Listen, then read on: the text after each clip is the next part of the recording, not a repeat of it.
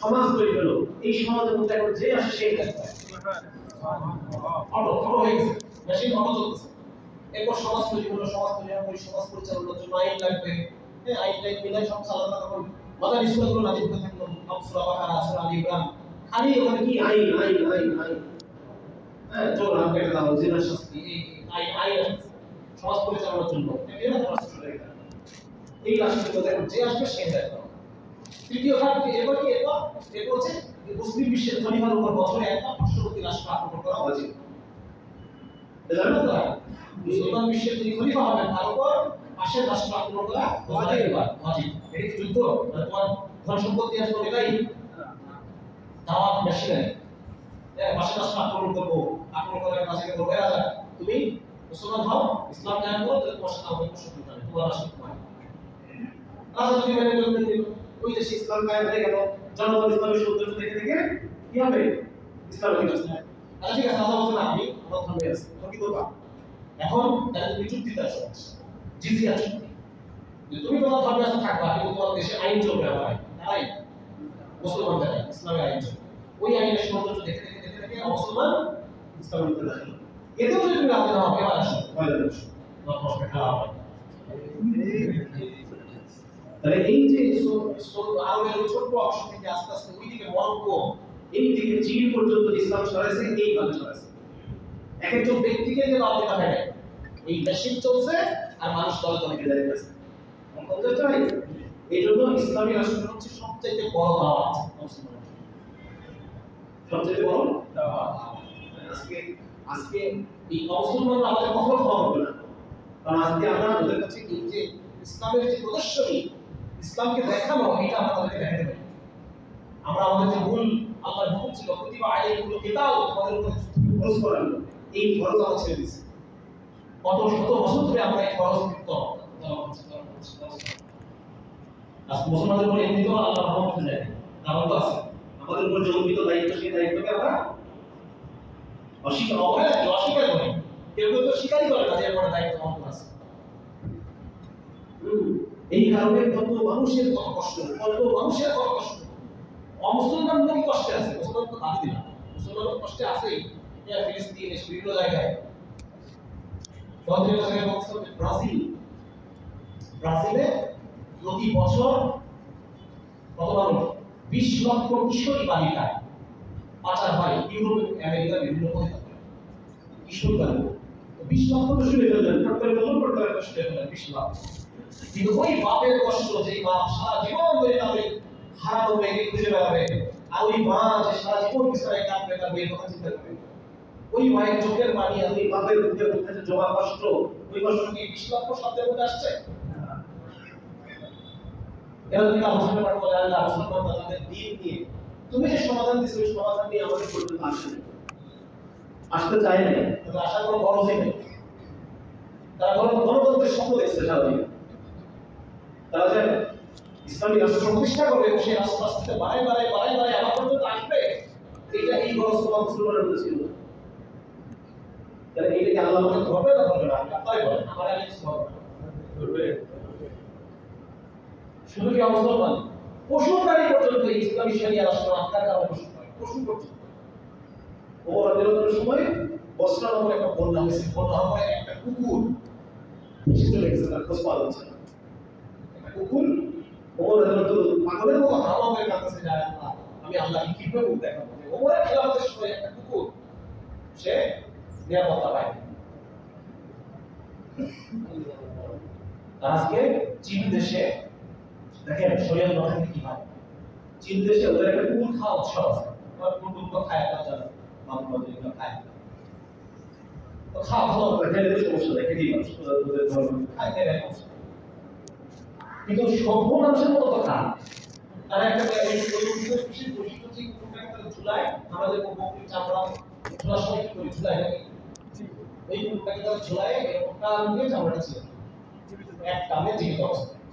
এবং এর কারণে কুকুরটা যে মশামশি করে, ওদের কথা হচ্ছে এটার কারণে গোস্তের টেস্ট হয়ে যায়, এরকম হয় কাজ। এই কুকুরটা হওয়ার সময় আমার কোনো বিচার দিয়ে যায় না, হ্যাঁ, যে আল্লাহ তুমি তো নবী পাঠিয়েছো, একটা পশু খাওয়ার সময় কিভাবে হত্যা করতে হবে এটা শিখিয়ে দিছো, কিন্তু তোমার মুসলমানরা আমার পর্যন্ত তো আসবে আসবে কি তাদের ইচ্ছাই নেই, তারা স্বপ্নই দেখে না। তাহলে চিন্তা করে দেখেন আজকে আমাদের উদাসীনতার জন্য কুকুর বিড়াল পর্যন্ত নষ্ট করতেছে সারা পৃথিবীতে নষ্ট করতেছে। যারা ভিডিও করতেছে এই ভিডিও জীবন দেখবেন না, আমি দেখি না কখনো। আমি যে ভিডিও করি ভিডিও লাগাই সিলেক্ট করে দিলাম ভিডিও করলাম, ওই ভিডিও আমার আগামী নেক্সট টাইম আসলে দেখা হয় না। এগুলো নামায় এখন কথাটা শুনে কি বলছে শুনে বোঝে অন্তরের মধ্যে কষ্টটাকে নেন।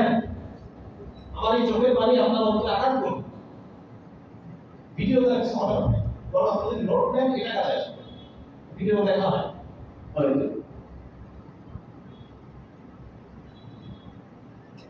তাই জন্য ভাই ওর কথা এটা যে আসলে বর্তমানে পৃথিবীতে যে রাষ্ট্রগুলো দেখি এই রাষ্ট্রগুলো হচ্ছে ব্যর্থ রাষ্ট্র।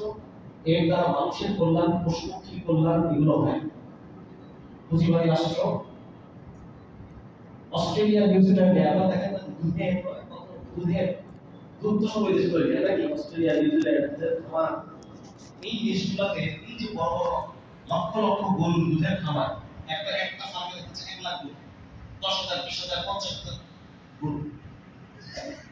এই গরুগুলো তো দুধের বাচ্চা দিতে নাকি, বাচ্চা দিতে বাচ্চা হয়, বাচ্চা হওয়ার পরে যে বাচ্চাগুলো মহিলা বাচ্চা বকনা আছে, এই বাচ্চাগুলোকে পরবর্তী সময় আবার এরা দুধ দিয়ে রেখে দেওয়া হয়, এগুলোকে পালা হয়।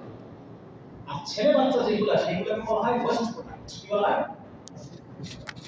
ডেইরি ফার্মে এগুলো হচ্ছে ওয়েস্ট প্রোডাক্ট। কারণ এইগুলোকে পেলে পেলে মানে ওদের যে জনসংখ্যা, সেই জনসংখ্যার মধ্যে এইগুলোকে বড় করতে গিয়ে যে খরচ তার চাইতে মেরে ফেলার খরচ কম, বুঝলেন? যার কারণে এগুলোকে মেরে ফেলা হয়, কিন্তু মেরে ফেলার যে পদ্ধতি সেই পদ্ধতি এবং ব্যাপক, মানে ছুটে ছুটে টাকে উপর মারতেছে এটাকে, মানে খুব বেরহম, এত বেরহমে ভাবে হত্যা করে ফেলে। মুরগির ক্ষেত্রে তাই, মুরগির যে বাচ্চাগুলো পুরুষ বাচ্চা এগুলোকে ওই জ্যান্ত কি বানানো হয় শেডিং করে জীবিত করতে পারবে। তো এটা বলতেছি আর কি যে আজকে আধুনিক যে রাষ্ট্র এগুলোকে আমরা মনে করি সেই রাষ্ট্রটার এই অবস্থা।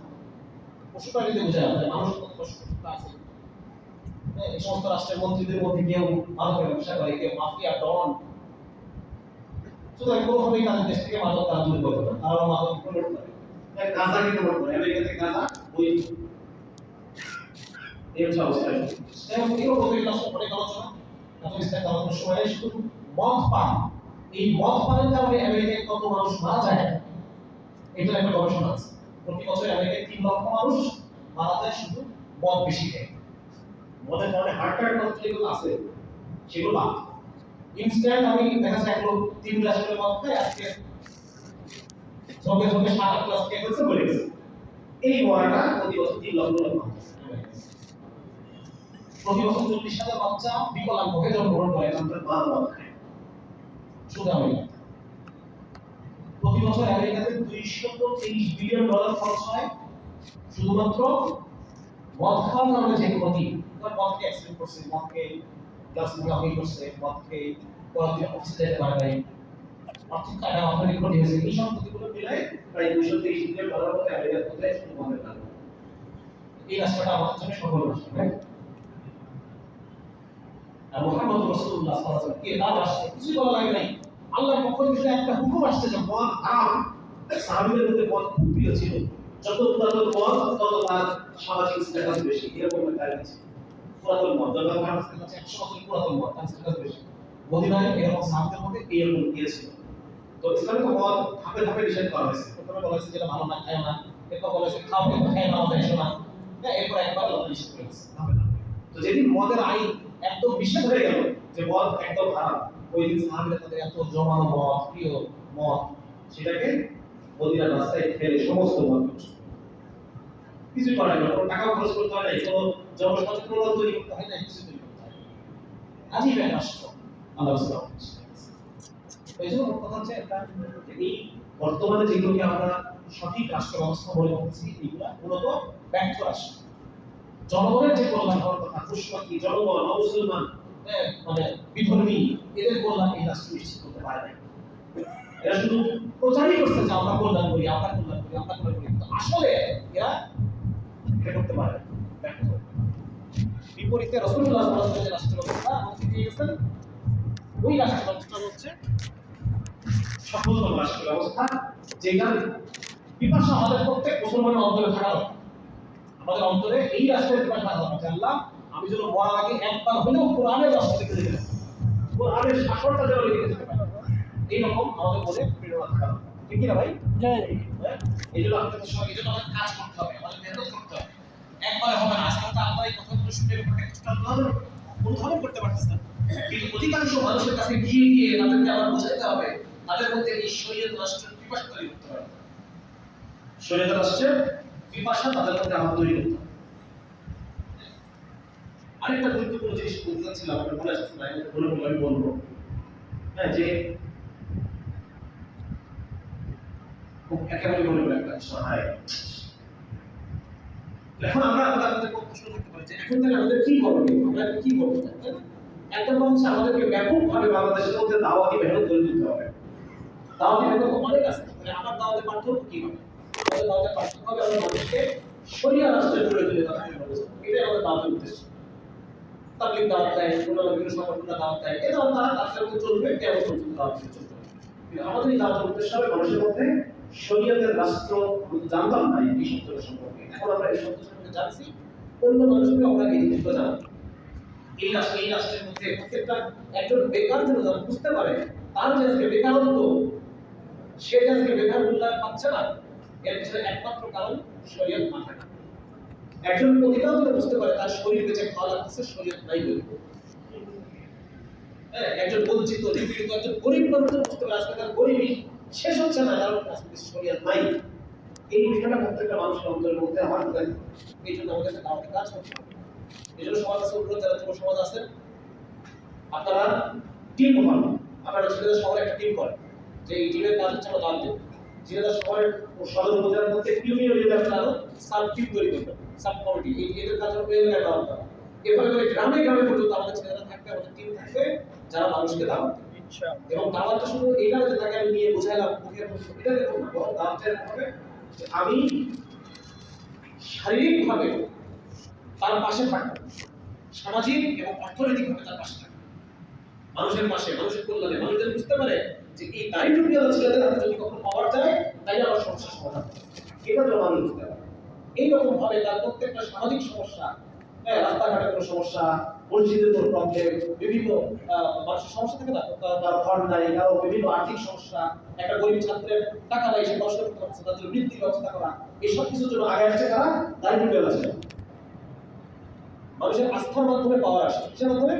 আমি যখন মানুষের আস্থা অর্জন করব, এক নম্বর আমাদের কাজ হচ্ছে যে আমাদের মেইন স্ট্রিমে ঢুকতে হবে। মানুষ যে দাঁড়িয়ে টুপিওয়ালা বলে মনে করছে তবলিগ করবে, মসজিদে মসজিদে ঘুরবে, হ্যাঁ, বা কোরআন শিবির বা চরমনা এই করে, এখান থেকে মানুষকে বের করতে হবে যে না, দাড়ি টুপিওয়ালাই সমাজের মেইন স্ট্রিম।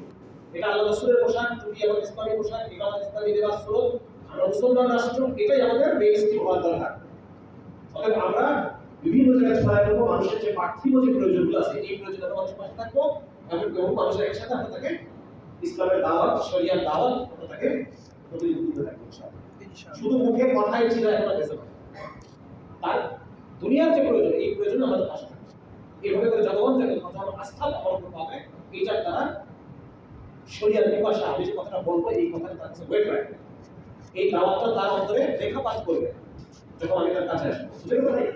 হ্যাঁ, এটা আমরা সবাই মিলে আমরা চেষ্টা করবো, আমাদের মহল্লায় ছোট ছোট টিম হয়ে আমরা এই কাজগুলো করার চেষ্টা করবো। এটা আমরা বলছি সামাজিক শক্তি অর্জন, সামাজিক এবং অর্থনৈতিক দাওয়াতের মধ্য দিয়ে আমরা একটা সামাজিক, যারা আমরা ইসলাম প্রিয় জনতা আছি, আমরা একটা সামাজিক শক্তি অর্জন করবো। এর পরবর্তীতে কি করতে হবে আল্লাহ তাআলা আমাদেরকে পরবর্তীতে আল্লাহ আমাদেরকে জানাবেন যে এরপরে আমরা কি করতে পারবো। আমরা তো সবাই চাই, ঠিক না? এরপরে রাষ্ট্র তো আমরা চাই। আমরা কি শুধু এখানে দেখছি না যে 24-এর গণঅভ্যুত্থানে আমরা দেখছি কিভাবে একটা সরকারকে আরেকটা সরকার আসে, গণতন্ত্র ছাড়াও একটা সরকার আরেকটা সরকার আসা যায়। এরপর যদি আল্লাহ আমাদেরকে কিছু করার কোনো একটা সময় জনগণ, সমস্ত জনগণের সাথে এটা হতে পারে, না হওয়ার কোনো কিছু নাই, নাকি? এটা অসম্ভব কিছু না। বদিয়াতে আল্লাহ রাষ্ট্রকার কি হবে? ইসলামের দুই ভাবেই হয়, এক হচ্ছে দাওয়াতের মাধ্যমে আর এক হচ্ছে যুদ্ধের মাধ্যমে, এই দুই ভাবে হয়। আমাদের নবী আমাদের বলছেন যে আপনারা দাওয়াতের মাধ্যমে ইসলামী শরিয়া সম্পর্কে জনগণকে সচেতন করেন এবং তাদের মধ্যে ওই চেতনা তৈরি করেন, ওই পিপাসা তৈরি করেন যেন তারা এটার জন্য নিজের জান নিজের মালকে কাজ দেওয়ার জন্য তৈরি করেছে। ঠিক আছে, বলবো ভাই ইনশাআল্লাহ সবাইকে বোঝাবো ইসলামী শরীয়তের যে সৌন্দর্য। দেখেন আরেকটা জিনিস বলি, সেটা হচ্ছে আজকের যে ধর্মনিরপেক্ষ যে রাষ্ট্র, এই রাষ্ট্রটা আমাদের মানুষের শরীর এবং মানুষের দেহের সাথে যায় না, বিরুদ্ধে। ধর্মনিরপেক্ষ রাষ্ট্র মানুষের শরীর ও মানুষের দেহের সাথে এটা ফাংশন করে না, মানুষের দেহ এটা চলে না। এটা বলতে গেলে এটা নিজেই একটা এক ঘন্টা আলাপ, এত আলাপ করা যাবে না। বড় কথা পশ্চিমা যে সমস্ত জিনিস আমাদেরকে শেখাইছে, এগুলো প্রত্যেকটাই আমাদের শরীরের এগেনস্টে, আমাদের মনের এগেনস্টে, আমাদের মনের কাজ করে না, শরীরের কাজ করে না, আমাদের ব্রেনের গঠন এরকম না, ধর্মের কাজ করে না। বুঝতে পারছেন ব্যাপারটা? আরেকটু খোলাসা করে বলি, যেমন ধরেন একটা ধর্মনিরপেক্ষ রাষ্ট্র, তারা বলতেছে যে আমরা রাষ্ট্রীয় কোনো ব্যাপারে ধর্মকে মেনে নিয়ে আসবো, রাষ্ট্রীয় কোনো বিষয়ে অফিসে আদালতে এখানে ধর্ম আসবে না, করছি তাদের কথা হচ্ছে এটা। এর ফলে কি হচ্ছে দেখেন, মানুষ চাইনা আমাদের পার্টিকে ধর্ম মনে করে, কিন্তু অফিসের ফাইলকে ধর্ম মনে করে। যদি অফিসের ফাইলটাকে ধর্ম মনে করে তাহলে কি বলেন না,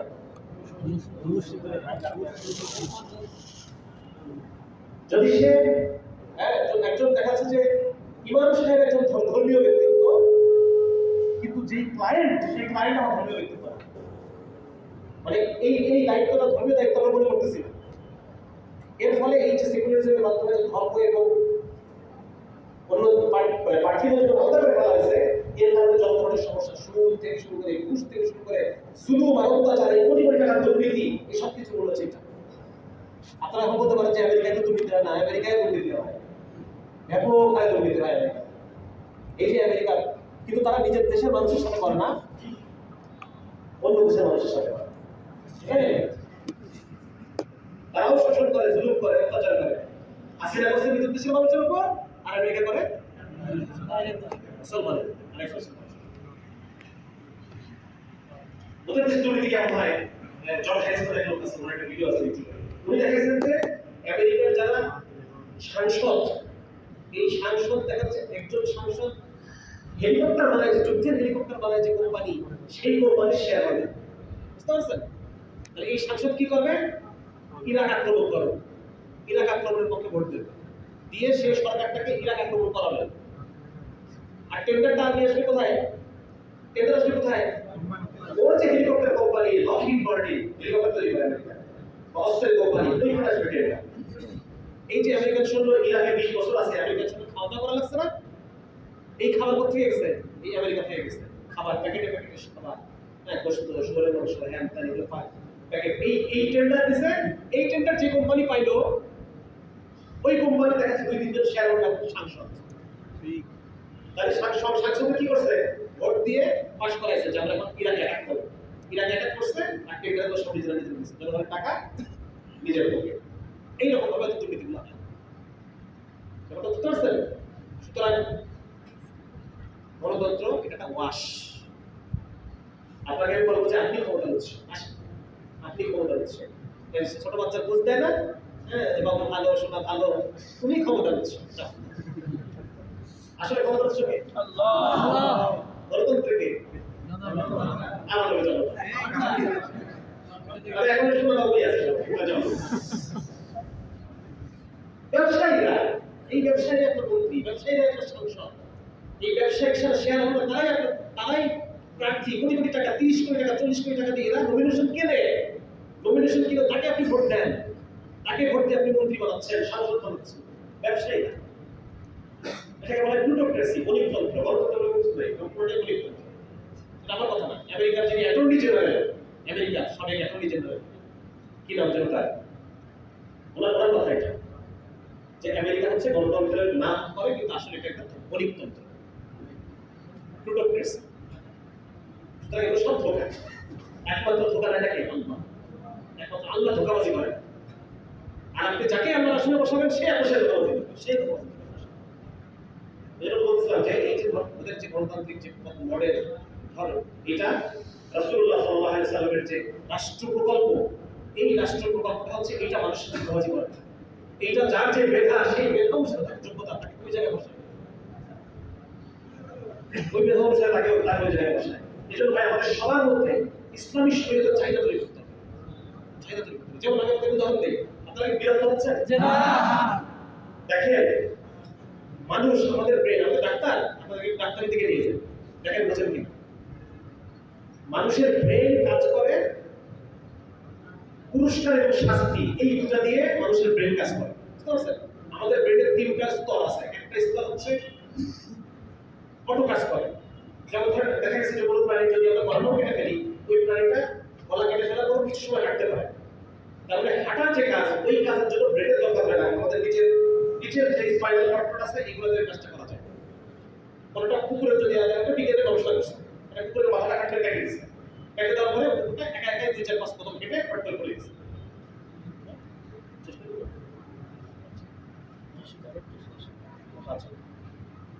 করে গেছে। তারপরে বোঝা গেল যে কিছু কাজ আমাদের হয় ব্রেনের প্রয়োজন হলে নিচে দেবে, এরকম কিছু আমাদের যে ব্রেনটা আছে এই ব্রেনের কাজ হলো মানুষের যে মগজ, এই মগজটা অন্যান্য প্রাণীদের খুব ছোট, খুবই ছোট।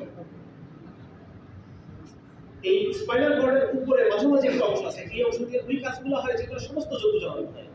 যেমন ধরেন হার্টের প্রেশার নিয়ন্ত্রণ করা, তারপর হচ্ছে রক্তের তাপমাত্রা, শরীরের তাপমাত্রা নিয়ন্ত্রণ করা, তারপরে যে অন্য নারী পশুর প্রতি যে সেক্সুয়াল অ্যাট্রাকশন, এই বিষয়গুলো ওই অংশটা দিয়ে হয়। সেমি অটোমেটিক অংশটা, এটা সেমি অটোমেটিক। বুঝতে পারছেন? এটা অটোমেটিক, এটা সেমি অটোমেটিক, এটাকে নিয়ন্ত্রণ করা যায়। আর বড় যে অংশটা, এটা হচ্ছে আমাদের চিন্তা, আমাদের স্মৃতি, আমাদের চিন্তা, আমাদের মেমোরি, এইগুলো এখানে থাকে। বুঝতে পারছেন?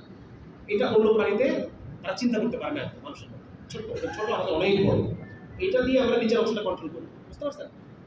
যৌন আকর্ষণ আসতে পারে, কিন্তু আমি আমার শিক্ষা দীক্ষা, আমার পারিবারিক মূল্যবোধ, এগুলো দিয়ে আমি এটাকে নিয়ন্ত্রণ করি। এবার ধরতে পারছেন ব্যাপারটা? এই লেয়ারটা দিয়ে পরের লেয়ারটাকে আমি নিয়ন্ত্রণ করি। এখন আমাদের এই মাঝখানের লেয়ারটা কাজ করে রিওয়ার্ড এন্ড পানিশমেন্ট, পুরস্কার এবং শাস্তি। এই জন্য ছোট বাচ্চাকে আপনি দেখবেন যে যারা বাচ্চারা আঙুলে হাত দিতে যায়, বাপ মা বলে কি একবার দিয়ে আজীবন দেবেন। বুঝতে পারছেন ব্যাপারটা? এবং আমরা যেটা করি, আমরা বাচ্চার হাতটা একবার আঙুলে দিয়েই দেখি যে একবার ধর তার জীবনে শিক্ষা হয়ে গেল। ওই যে ও একবার হাত দিল, এই স্মৃতিটা তখন ওর এই জায়গা থেকে মাঝখানের এই জায়গায় চলে আসবে, পানিশমেন্ট, শাস্তি পাইছে। ওই শাস্তির স্মৃতিটা তার এখনো অটো হয়ে গেছে, আবার কখনো আগুনে হাত দেবে না। বুঝতে পারছেন? এখন আগুন দেখলে পরে চিন্তা করা লাগবে না যে আগুন এটা কি, এটাকে হাত দেবো না দেবো না, এটাও চিন্তা করবো, অটো হয়ে গেছে, আজ করে কোনো হাত দেবে না। এই জন্য মানুষের যে জ্ঞান, মানুষের স্মৃতি, মানুষের পারিবারিক মূল্যবোধকে বারবার বারবার বারবার তাকে এটা প্র্যাকটিস করানোর মাধ্যমে এই জায়গা থেকে এই জায়গায় আনা যায়। যখন এই জায়গায় আনা যায় তখন এটা অটো হয়ে যায়। বুঝতে পারছেন? ইসলাম এই জান্নাত জাহান্নামের রিওয়ার্ড পানিশমেন্টের মাধ্যমে আমাদেরকে কন্ট্রোল করে। এই জন্য জান্নাত জাহান্নামের আলোচনা যত বেশি হবে, তত বেশি ওই মানুষটা বিভিন্ন গুনাহ থেকে দূরে থাকবে, গোপন পাপ থেকে দূরে থাকবে, একাকী সব ধরনের পাপের সুযোগ থাকা সত্ত্বেও এই লোকটা গুনাহ থেকে নিজেকে ফিরে রাখতে পারবে। কারণ হচ্ছে তার এত চিন্তা করতে হয় না। বেশি বেশি আলোচনার মধ্য দিয়ে এই জায়গার যে মেমোরি, এটা এখানে চলে আসছে। এখন এটা অটো হয়ে গেছে, সে এখন আর গুনাহ করতে পারতেছে না। আমার কথা আপনারা ধরতে পারছেন কি? তাই আপনি যখন ধর্মনিরপেক্ষ রাষ্ট্র তৈরি করবেন, তখন আপনি তো তার এই প্রসেসটাকে বাধা দিচ্ছেন। এই লোকটা যে অটোমেটিক্যালি গুনাহ থেকে, পাপ থেকে, অপরাধ থেকে, ঘুষ থেকে, দুর্নীতি থেকে দূরে থাকবে, ওই জিনিসটাকে আপনি বাধা দিয়ে দিচ্ছেন। আপনি তাকে বলতেছেন যে তুমি শুধু মসজিদ ধর্ম করবা, এর বাইরে আনবা না। তাহলে মানুষের যে রিওয়ার্ড এন্ড পানিশমেন্টের যে সিস্টেম, এই সিস্টেমটার সাথে এর বিরোধী হয়ে গেল না? তাহলে আপনি 1 কোটি মানুষকে নিয়ন্ত্রণ করবেন কিভাবে বলেন? আমেরিকাতে যে প্রতি বছর 29,000 মানুষ শিশু বাচ্চাদেরকে গুলি করে মেরে ফেলতেছে, এটার মূল কারণ তো সেকুলারিজম। সে তো নিজেকে নিয়ন্ত্রণ করতে পারতেছে না, তার তো নিয়ন্ত্রণের সিস্টেমটাকে আপনি নষ্ট করে দিচ্ছেন সেকুলারিজম। আমার কথা বুঝতে পারছেন? যার কারণে এই জিনিসটা মানুষের ব্রেনের সাথে, মানুষের শরীরের সাথে, পুরো শরীরের যে সিস্টেম, এটার সাথে এটা যায় না। এই ধর্মনিরপেক্ষ রাষ্ট্র, এই যে গণতান্ত্রিক রাষ্ট্র, এই বিষয়গুলো মানুষের শরীরের সাথেই যায় না। এই কারণে এটা কখনো মানুষকে নিয়ন্ত্রণ করতে পারে না। আপনি দীর্ঘকালীন মানুষকে নিয়ন্ত্রণ করবেন, এটা মাধ্যমে এটা সম্ভব না। আমি মনে হয় বুঝাতে পারছি আপনাদের বিষয়। এই জন্য ধর্ম লাগবে, ইসলাম লাগবে, অন্য ধর্মটা জানি না। ইসলামে যে পরিপূর্ণ রাষ্ট্র ব্যবস্থা দেওয়া আছে, এটা লাগবে। এটার দ্বারা আপনি মানুষকে নিয়ন্ত্রণ করতে পারবেন, তার আচরণকে নিয়ন্ত্রণ করতে পারবেন। এমনকি সিসি ক্যামেরাও লাগবে না। আপনি এখন সারা অফিসে, সারা বাংলাদেশে সিসি ক্যামেরা দিয়ে রাখছেন, আর ইসলাম মানুষের মনের মধ্যে এমন একটা জিনিস তৈরি করে, তাকে যদি আপনি একাকী, কেউ দেখতেছে না, সে আর একটা নারী চাইলে গুণা করতে পারে, তারপর আরেকটা জিনিস দেখেন, আরেকটা জিনিস বলি, অনেক লম্বা আলোচনা হয়ে গেছে। আলোচনা সংক্ষিপ্ত করার জন্য হুকুম চলে আসছে, সেই আলোচনা সংক্ষিপ্ত করতে হবে। আরেকটা কথা বলে শেষ করবো না, সেটা হচ্ছে আইন আইন বর্তমানে সারা বাংলা মানে পৃথিবীতে যে আইনটা চলে হচ্ছে ব্রিটিশ কমন ল, আর এর বিপরীতে আছে ইসলামী শরিয়া আইন। শরিয়া আইন, ব্রিটিশ কমন ল, এটা ব্রিটিশ আমাদের উপর চাপাই দিয়ে গেছে, এগুলো চলতেছে এখন, এভাবে চলতেছে। একটা আইন কতটুকু ভালো এটা আপনি কিভাবে বুঝবেন বলেন তো? একজন চোর চুরি করছে, সে শাস্তি পায়, এটা হলো নাকি এমন একটা শাস্তি আমি একজনকে দেবো আরো 100 জন শিখবে? এই আইনটা ভালো? মানে আইনের কাজ হচ্ছে অপরাধকে নিয়ন্ত্রণ করা। অপরাধ হয়ে গেছে এখন শাস্তি দিলাম, এটা তার আসলে ওই লক্ষ্যটা অর্জন হয় নাই নাকি? বরং অপরাধ যদি আমি আটকাইতে পারি, আরো 10 জন পটেনশিয়াল চোর চুরি করা থেকে যদি থেমে যায়, এটা আমার, এটা হচ্ছে আইনের লক্ষ্য। আর দ্বিতীয় লক্ষ্য হচ্ছে যে চোরকে সংশোধন করা, চোরটা সংশোধন করা। দেখেন ব্রিটিশ কমন লতে যে জেলখানা সিস্টেম, এটার ফলে গবেষণা যারা অপরাধ ক্রিমিনোলজিস্ট অপরাধ গবেষণা করছে তারা বলতেছেন যে এটার কারণে যে পকেট মার একে আপনি রাখছেন বড় খুনির সাথে, ও আরো বড় অপরাধী হয়ে গেছে। অধিকাংশ সময় তারা বলতেছে যে জেল পিরিয়ডটা যত লম্বা হয় তত সে ফেরত আসে আরো বেশি বড় অপরাধী। এটা আমার কথা না, এটা ব্রিটিশ ক্রিমিনোলজিস্ট অপরাধবিদ থমাস নাগিন্স ওনার নাগিন্স ওনার। বিপরীত ইসলাম দেখেন কি করে। ইসলাম আমাদের শরীর যতগুলো ইনফরমেশন আসে তার মধ্যে 90% ইনফরমেশন আমাদের মাথা ভুলে যায়, অপ্রয়োজনীয় বলে বাদ দিয়ে দেয়। বুঝতে ওই ইনফরমেশন সে মনে রাখে যে ইনফরমেশনের সাথে তার কোনো সুখকর অভিজ্ঞতা জড়িত আছে অথবা কোনো কষ্টকর অভিজ্ঞতা জড়িত আছে। এই ইনফরমেশন ব্রেন মনে রাখে, অনেকদিন মনে রাখে। এজন্য দেখবেন যে মারছে সে মনে রাখে না, যে মার খাইছে সে তা মনে রাখে। এবার ধরতে পারছেন ব্যাপারটা? তো ওনারা গবেষণা দেখতেছে যে ব্রেনকে যদি আপনি এমন একটা ইনফরমেশন দেখান যেটা একটু কষ্টকর ব্রেনের জন্য হয় না, তাহলে ওইটা ব্রেন দীর্ঘদিন মনে রাখে, কখনো বলে না। হাজার ইনফরমেশন চাপান না কেন, তারপর ওটা ঠিকই বলে থাকে, ওটা ভুলে যায় না। এখন আপনি দেখেন এরশাদ শিকদারকে ফাঁসি দেওয়া হয়েছে, ওই জেলখানার মধ্যে এক চিপার মধ্যে কোথায় দিছে কেউ দেখে নাই। এটা ব্যাপারে আপনি পড়লেন, আপনার মনে হতে খুব বেশি ক্রিয়া করলো না, এটা আপনার ব্রেন ভুলে যাবে। ফাঁসি হয়েছে, ঠিক আছে ফাঁসি হয়েছে, ফাইগারে না কিন্তু সব শিশি।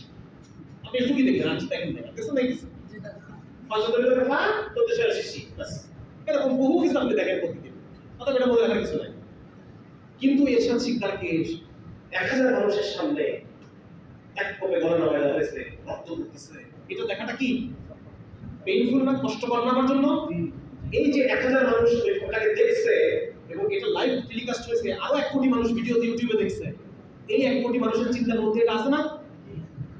পরবর্তীতে তার যদি মনের মধ্যে খারাপ কোনো খেয়াল আসে, এটা তো ব্রেনে আছে না? এটা আমার না ব্রেনে। সুতরাং এই জন্য আল্লাহ তাআলা বলেছেন যে কিসাসের মধ্যে আছে হায়াত। কোরআন আয়াত কি? কিসাসের ভিতরে আছে জীবন। আপনি একজনকে মারবেন কিন্তু আরো 1000 অপরাধী সে খুন করার আগে ভয় পাবে, আরো 1000 জীবন বেঁচে যাবে। তাহলে ধর্মনিরপেক্ষ রাষ্ট্র, ধর্মনিরপেক্ষ আইন, গণতান্ত্রিক রাষ্ট্র, এই সমস্ত আইন এগুলো কাজ করে? আমাদের বডির সাথে যায়? মানুষকে এভাবে নিয়ন্ত্রণ করা যায়? হচ্ছে না। স্বাভাবিক আজকে আইনশৃঙ্খলা পরিস্থিতি খারাপ হবেই, এটা আপনি বলবো। আপনি মানুষের মন আলাদা আলাদা হতে পারে, শরীর তো এক, মানুষের মন চিন্তা ভাবনা আলাদা হতে পারে, কিন্তু ব্রেনের যে কাজের যে পদ্ধতি এটা এক, সবার এক। যার ফলে ভাই আপনাদের আমি জানা রাখলাম, এটা নিয়ে আমি একটা বইয়ের কাজ করতেছি, এটা বইটা আমি নিজে দেখি ঠিক করছি, বিক্রি করে এভাবে করে আমি নিজে কি করে কি করতেছি, যে এটা আমি থিওরি আকারে যে পশ্চিমা যত মতাদর্শ, যত রাষ্ট্র চিন্তা, যত সমাজ চিন্তা, যা যা কিছু, এই সব কিছুই মানুষের দেহের এগেইনস্টে। পশ্চিমা বিশ্বের সবচেয়ে ক্ষতিগ্রস্ত নারীরা। সবচেয়ে ক্ষতিগ্রস্ত কারা? কারণ নারীদেরকে ওই দায়িত্ব চাপানো হয়েছে যেটা পুরুষের দায়িত্ব। পুরুষের বডিতে, আমাদের বডিতে এত খারাপ লাগছে, বিশেষ করে আমাদের মুরব্বীরা অনেক ক্ষেত্রে বসে আছে, তাদের কাছে আর বলে ভালো লাগছে না যে একটু শেষ করা লাগে। আচ্ছা, শেষ করছি। সেটা হচ্ছে যে নারী পুরুষের মধ্যে একটা হরমোন আছে, আমাদের পুরুষের হরমোনটার নাম টেস্টোস্টেরন হরমোন। এই টেস্টোস্টেরন হরমোনের কাজ হচ্ছে যে এই পুরুষ মানুষটাকে আপনি সারাদিন গাধার মতো খাটাবেন করেছিলেন, সারাদিন খাটতে হবে। কারণ এই যে শরীরের যে ক্লান্তি আর এই টেস্টোস্টেরন হরমোন, এই দুটো হচ্ছে অ্যান্টি। বুঝতে পারছেন? একটাকে বক্সিং দিয়ে বসায় দেয়, শরীরের যে ক্লান্তি ওটাকে টেস্টোস্টেরন হরমোন কি করে? বসায় দেয়। এই জন্য পুরুষ মানুষ দেখবেন সারাদিন আমরা খাটবো পরিবার পরিজনকে সুখে রাখার জন্য, সন্তানের মুখে হাসি দেখার জন্য, স্ত্রীকে খুশি দেখার জন্য। যতই খাটি ঘরে এসে যখন তাদেরকে খুশি দেখি আমাদের সমস্ত কষ্ট দূর হয়ে যায়।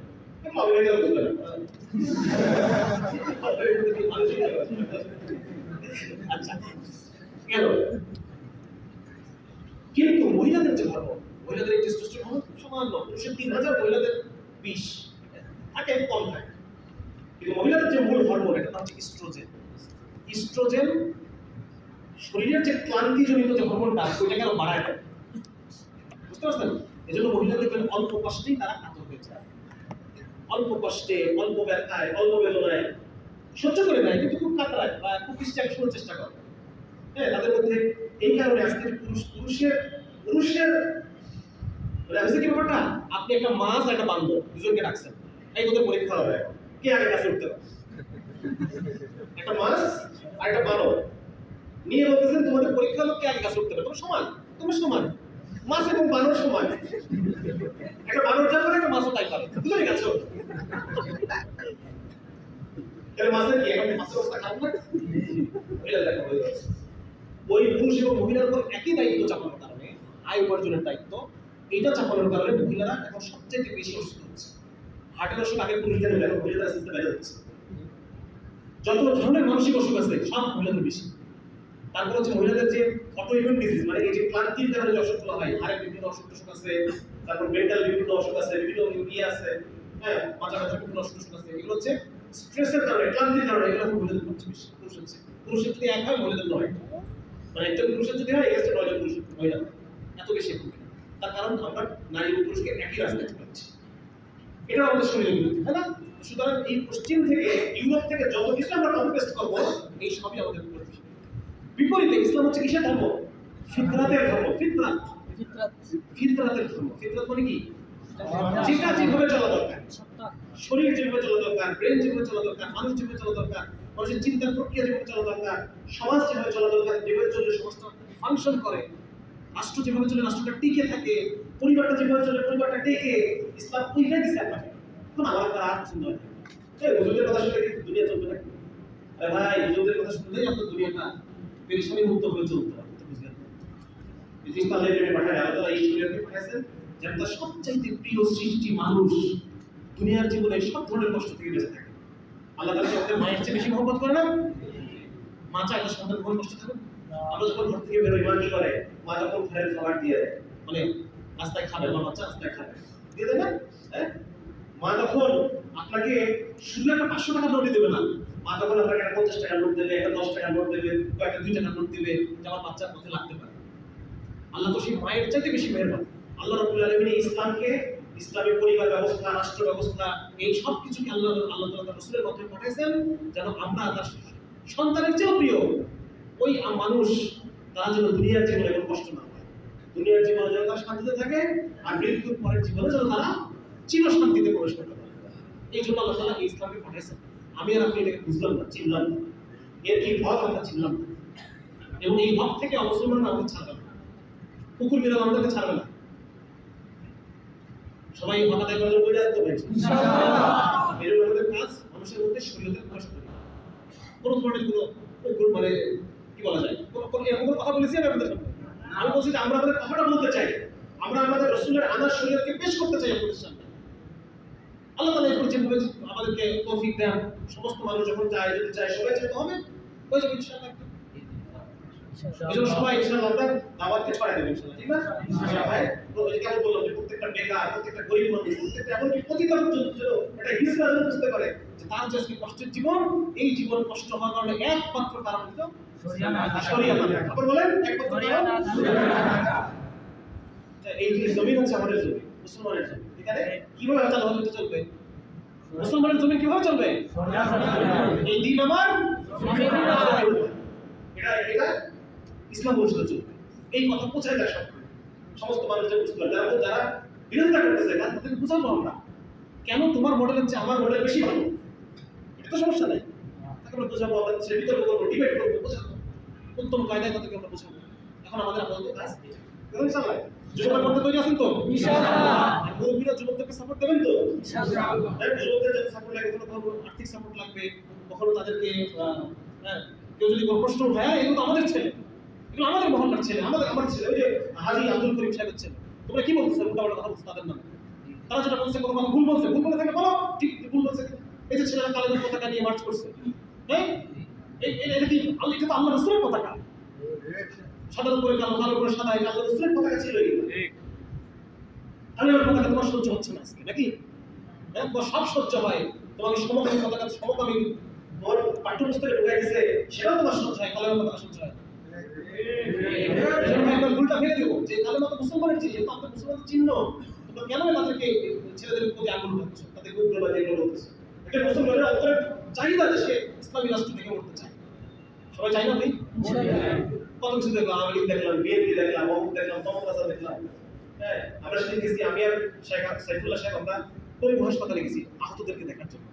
তো এখানে একজন ভদ্রলোক ছিলেন, দুইজন আমাদেরকে বলুন, প্রায় 20 জন ইন্টারভিউ দিয়েছি আমরা। তার মধ্যে অধিকাংশই বলতেছে যে জিজ্ঞেস করলাম আপনারা কেমন রাষ্ট্র চান? অধিকাংশই বলছে আমরা ইসলামের একটা রাষ্ট্র চাই, আলেম ওলামার রাষ্ট্র চাই, অধিকাংশই কথা বলছে। তার মধ্যে দুইজনের কথা আমার অন্তরে খুব ব্যথা গেছে। ওনারা বলছেন যে আমরা তো সবই দেখলাম দুনিয়াতে, আমরা মরার আগে একটা বার কোরআন রাষ্ট্র দেখতে চাই। সবাই জানবে ইনশাআল্লাহ, আমিন। আমাদেরকে দেখার তৌফিক দান, আমিন। আর যে সমস্ত কথা আলোচনা হলো, এগুলোর মধ্যে সঠিক কথাগুলো আল্লাহ দেখার তৌফিক দিন। আর যদি কোনো কথা ভুল বলা হয়ে থাকে আলোচনা এটা ভুল হয়, ঠিক আছে? ঠিক আছে।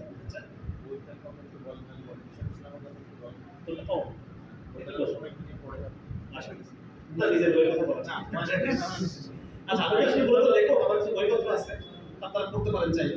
হ্যাঁ, মিশন ইসলাম নামে একটা বই আছে, সেখানে আমি লিখছি যে কিভাবে ইসলামকে মিশন হিসেবে মানে কি ভাবে সমাজে ইসলামের কাজ করা সম্ভব, কি ভাবে সমাজে ইসলামের জন্য কাজ করা সম্ভব। আপনারা যদি চান বইটা একজন কিন্তু 20 জন দিলে পাবেন, ঠিক আছে না? পিডিএফ আছে, এগুলো পড়ো। আর আমার মানে 10 টাকা সত্যি করে দিন, ঠিক আছে? আসসালামু আলাইকুম।